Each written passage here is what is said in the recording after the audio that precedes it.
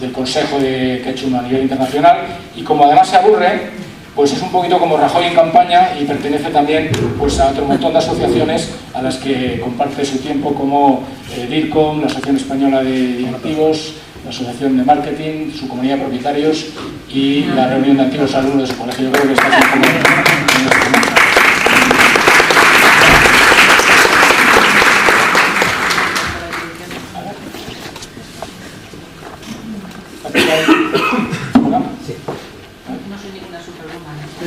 No se oye el micrófono, ¿no? ¿Se oye?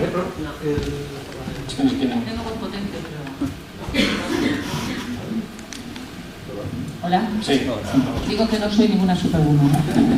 Bueno, muchas gracias, porque sé que además que vienes de otro acto de campaña, de otro meeting previo, lo cual hay que agradecer especialmente. Y perdón, Rajoy. No, claro, de Rajoy. Yo tengo algunas preguntas para Teresa en relación a, y creo que es interesante conocer su opinión de experta y con experiencia larga, a pesar de su juventud, en este sector. Nosotros hemos visto que la inversión en comunicación y marketing en España todavía está algo lejos de relativamente lo que debería ser. ¿Eso es una percepción correcta? Tú tienes experiencia, que somos un grupo internacional.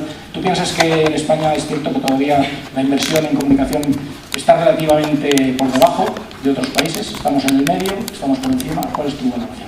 A ver, yo lo que diría es que al margen de la crisis que hemos vivido en estos últimos años, yo siempre digo que no deberíamos de poner la crisis como una excusa, ¿no?, para si las cosas van bien o las cosas van mal.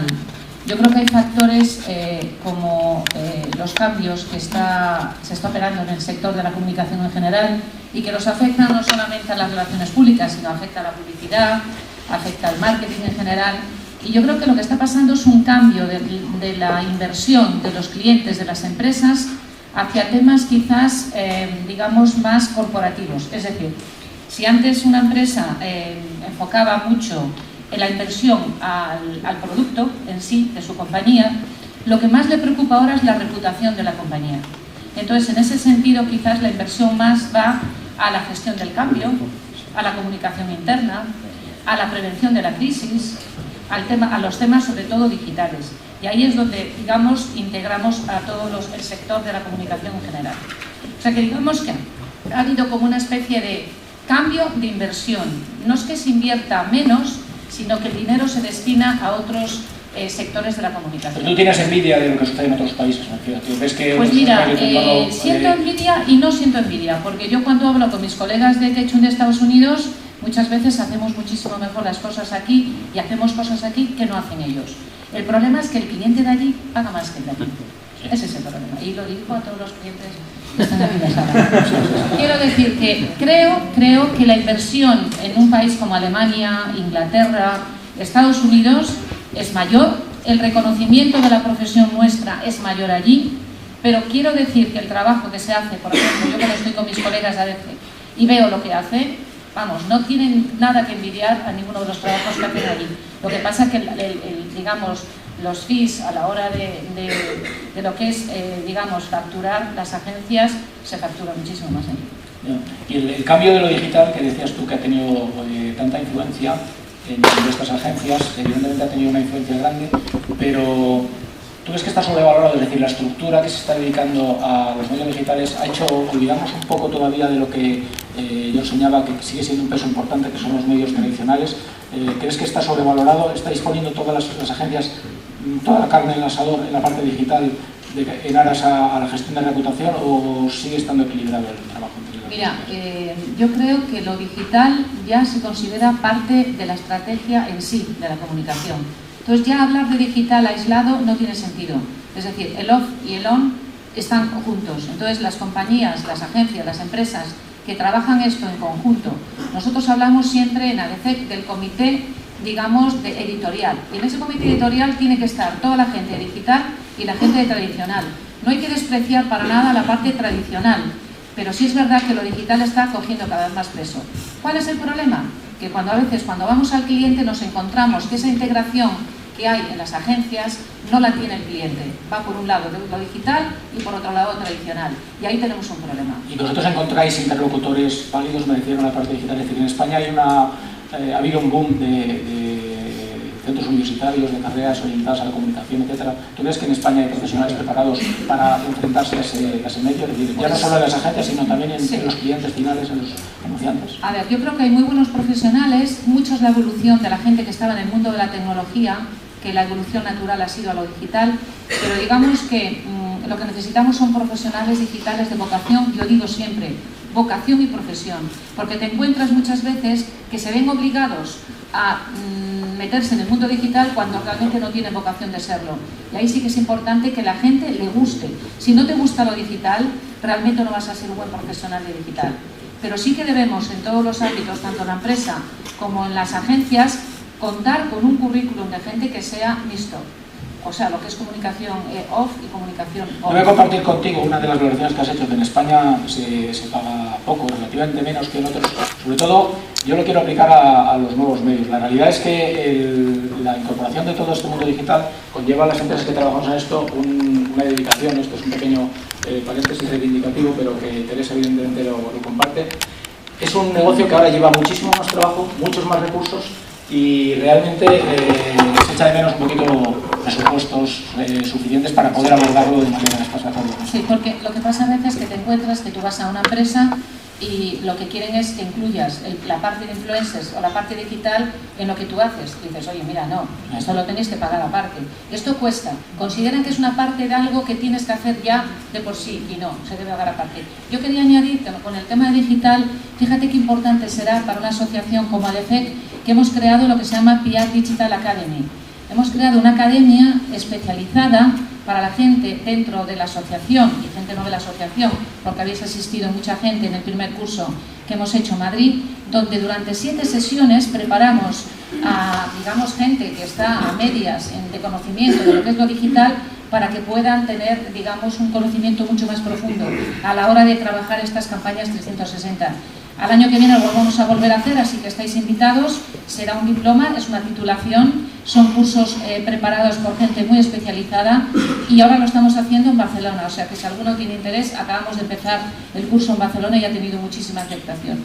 Por eso te digo que para nosotros en la asociación, las agencias de PR, el tema digital es clave. Y otra de las patas que nosotros consideramos desde Kantar Media como fundamentales en este nuevo entorno de comunicación es el análisis y la evaluación de la información. Las agencias entiendo que ya no sois solo un mero recadero entre la información que nosotros damos y el cliente, etcétera. Hay un gran trabajo de valor añadido sobre la evaluación de la información, la cuantificación, etcétera. ¿Qué papel crees tú que jugáis las agencias, y si podéis tener un papel cada vez más predominante, o es algo que los clientes finales, vuestros clientes, quieren hacerlo ellos por su cuenta, o sois vosotros los que... El problema es que no lo quieren pagar. A ver, explico. Este es un debate que hemos tenido recientemente. Hace 3 semanas vino el que fue expresidente de AMEC, David Rockland, que es una de las eminencias a nivel mundial de medición, que colabora con Kantar y con muchas compañías de medición, y tuvo una presentación a todos los socios de ADEFEC, y claro, nos daba mucha envidia, porque cuando él habla de cómo son los programas de medición para clientes que solamente trabajan o se contratan solo para el tema de medición, y lo que pagan, pues claro, se nos caían, ¿no?, las lágrimas, ¿no? Porque aquí cada vez que queremos plantear un programa de medición, te vuelven a decir que si lo incluyes dentro de lo que el fee que te están pagando. Pero bueno, esto se está mejorando cada vez más. Digamos que las empresas entienden que medir es clave. Entonces, lo que presentó David el otro día fue la evolución de los nuevos principios de Barcelona. Yo no sé si lo vais a hablar después aquí. Si quieres, repasamos un poco lo que son. Adelante, sí, por supuesto. Para no olvidarme de alguno. Vamos a hablar de lo principal, ¿no? Entonces, él nos decía que tenemos que ampliar la medición más allá de lo que son las relaciones públicas, ¿no? Y que deberíamos de hablar de un lenguaje mucho más amplio, que llegara a aplicarse a organizaciones, a gobiernos, a compañías y a marcas a nivel multinacional. También reforzaba lo que yo comentaba antes, la parte de integración. Cuando medimos, deberíamos de medir y ver en un conjunto la parte on y la parte off. Y cuando vayamos a hacer la evaluación, no quedarnos solamente en dar los datos, lo que tú comentábamos, interpretar esos datos. En la interpretación de esos datos es donde yo creo que las agencias de comunicación podemos aportar. ¿Por qué?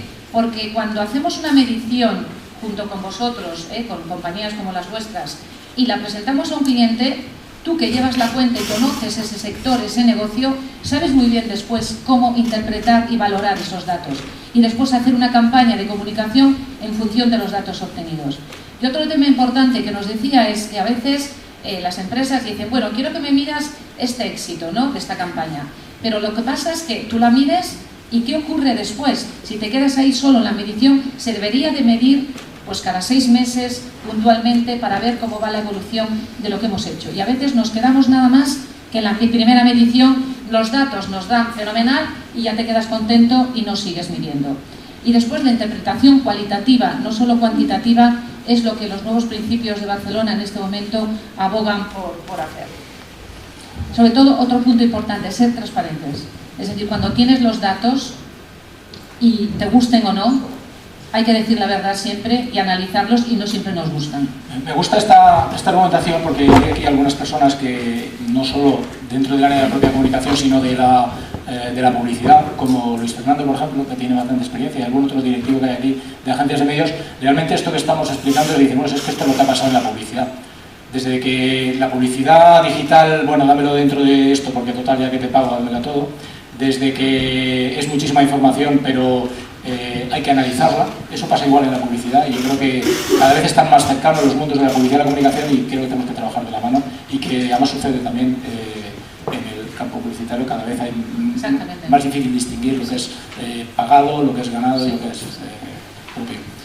¿Algún otro reto que tú crees que desde el punto de vista de las agencias de comunicación, especialmente en España, pero en general en el entorno, que vosotros desde AECEC pensáis que hay que abordar más allá? A ver, yo creo que lo que decía antes, se hace una labor en España fantástica en el mundo de la comunicación y las relaciones públicas y no sé si siempre se valora. Yo creo que cada vez más, cada vez encontramos que sí se valora, pero nos gustaría que esto fuera, digamos, a más. Es decir, si analizamos casos, por ejemplo, de crisis, imaginaros lo que está pasando estos días. Con la crisis de las salchichas, la crisis de la carne, la crisis del jamón, la del agua mineral, bueno, o sea, lo que ha pasado estos días ha creado una alarma social impresionante. ¿Quién creéis de verdad que puede ayudar a solucionar esa crisis? Pues somos la gente que estamos en comunicación y relaciones públicas, porque es la credibilidad lo que hay que construir sobre lo que está pasando. Y fijaros que aquí ha habido una reacción muy positiva de la comunidad científica que está apoyando y diciendo, pero que bueno, pero qué lista saca la OMS cuando realmente ya el tema está, digamos, exagerándose y poniendo en cuestión cosas que ellos no apoyan. Quiero decir que desde PR podemos ayudar a solucionar o por lo menos a mitigar una crisis como la que pasó ayer. Imaginaros lo que esto significa para salvar un producto y una compañía. Eso es cuando realmente las empresas valoran nuestro trabajo. Otro ejemplo más cercano también y con mucha más difícil solución, porque es más de largo recorrido, es Volkswagen, por ejemplo. Bueno, pues imagínate.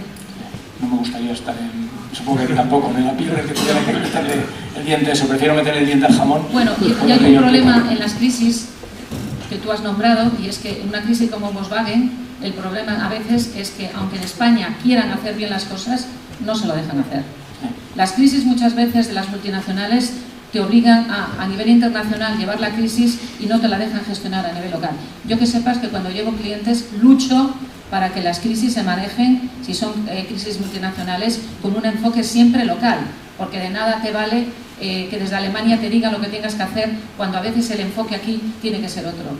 Y ahí cada uno que trabaja, los DIRCOM y las agencias que llevan crisis, ahí tiene que ser... Sí, porque el consumidor es muy global todavía, el consumidor de los productos finales de Volkswagen es global y las agencias de medios lo conocen eso muy bien y de publicidad, pero los medios siguen siendo muy locales. Y la casuística es muy diferente. Tú pregúntale al taxista, por ejemplo, que tiene un coche... O sea, cómo piensa uno español de cómo puede pensar un taxista alemán, por ejemplo. Yo creo que las crisis tienen que ser llevadas más a nivel local. Pero sí que cuando llevamos bien una crisis, salvamos un producto, una compañía, es cuando de verdad se valora lo que son las relaciones públicas. Y te puedo decir que hemos salvado muchas empresas y muchos productos. Bien, vamos a ver, ahora yo creo que hay opción a que hagáis alguna pregunta. Teresa, por desgracia, no se puede... Sí. ¿Ya? ¿Hola? Sí.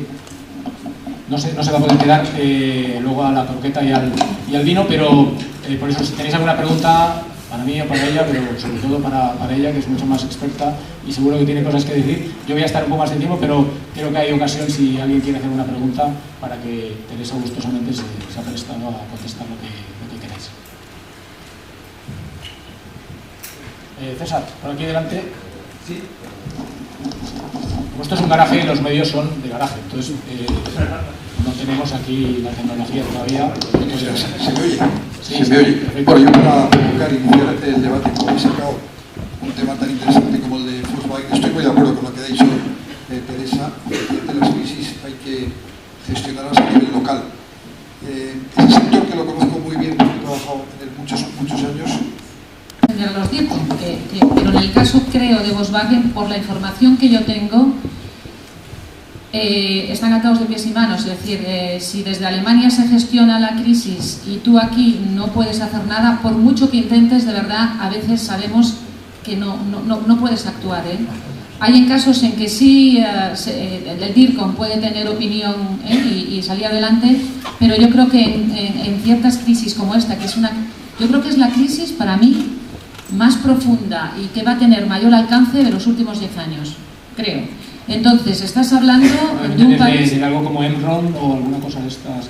Mucho más. Yo creo que y todavía va a seguir mucho más y el alcance va a tener mucho más. Y creo de verdad que los equipos que están en España no pueden hacer más de lo que han podido hacer porque están atados de pies y manos. Es una situación. Es así. Por mucho que peleen, es así.